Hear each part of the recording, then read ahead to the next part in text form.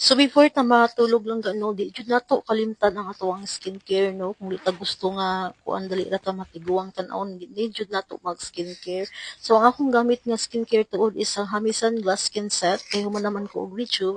So ang akong ginagamit karon is Glass Skin Set. Sa Glass Skin Set guys, na siya isa ka toner ug duha ka cream, day and night cream. So unahon nato ang toner noon. So after nako nag toner, kaya nakapalit naman po tag serum. So mag-serum ta guys. Pero kung wala may serum, okay lang okay lang kung wala may serum.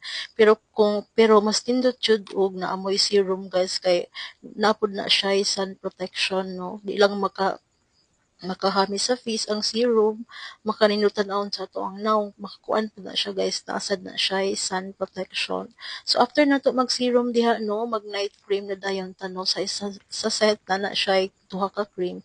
So ang atong gamiton is ang night cream. So mag-night cream na dayon ta diha no, sa way paglangan kay gabi na kayo no, mag-night cream na tanindot po ng night cream guys na.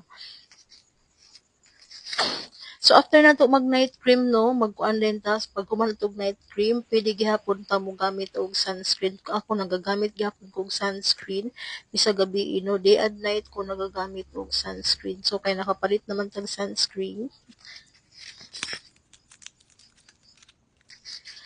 So kay nakapalit lang tag sunscreen lang ga no, mag sunscreen gyud ta, need jud nato pud mag sunscreen labi na karon kay init kayo ang panahon. Inot kay nang Elite BB Cream BB sunscreen kay full coverage na siya with SPF 40 tapos 50 grams na siya lang ga, dugay kay siya mahurot no. Ang isa kay nga na isa ka tube is mo kuan pa na siya, mo long last na siya og mga 3 to 4 months depende sa imong paggamit. Dala na siya